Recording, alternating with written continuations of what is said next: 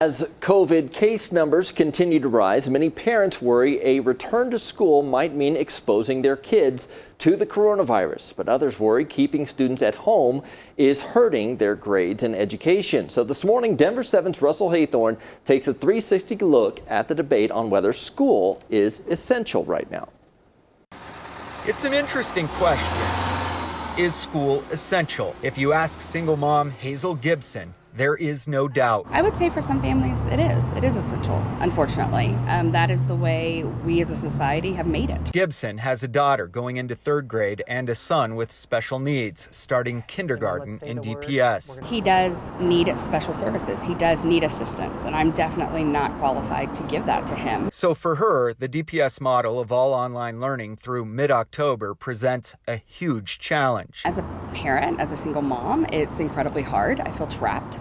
I feel like I can't plan. You've got parents that are trying to work and put food on the table that have to work.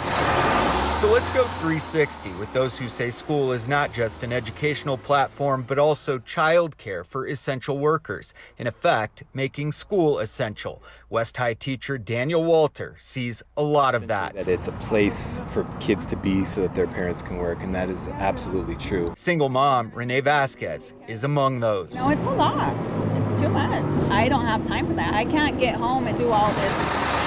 Her daughter, Julissa, struggled with the online model last spring. I even cried a couple of times just because one of my teachers were just piling on work, and I just couldn't handle it. Julissa was a straight-A student and fears her grades will tank the longer the online model continues. It was just so stressful, and I just felt like I didn't learn anything.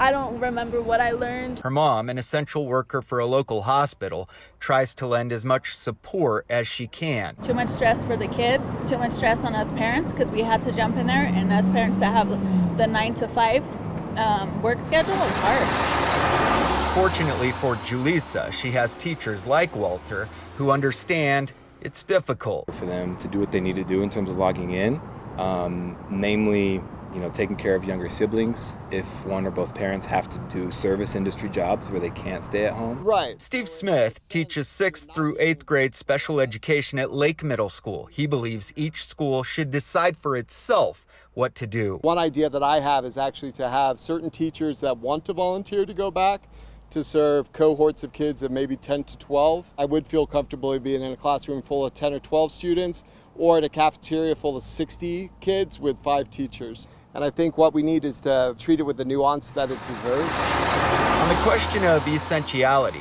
Kim Siffring agrees. We are essential. She's the director of Montview Community Preschool and Kindergarten in Denver, which plans to start on time the day after Labor Day. 30% of our parents answered that question, that yes, they do use our preschool as part of their child care needs. With the guidance of the CDC, American Academy of Pediatrics, the state licensing board, and the governor, Siffring believes a safe return is possible. We wouldn't be doing it if we didn't think we could do it in a really safe way. And that's really the priority of Montview, is to focus on that social emotional development of young children. But they also gave teachers the option. Any teacher who wanted to have a year sabbatical without pay could take it this year and then come back next year in the position that they left.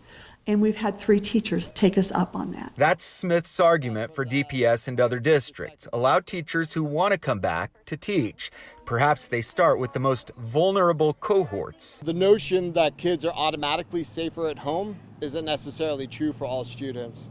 We know they're eating less because they don't get the free breakfast, they don't get the free lunch.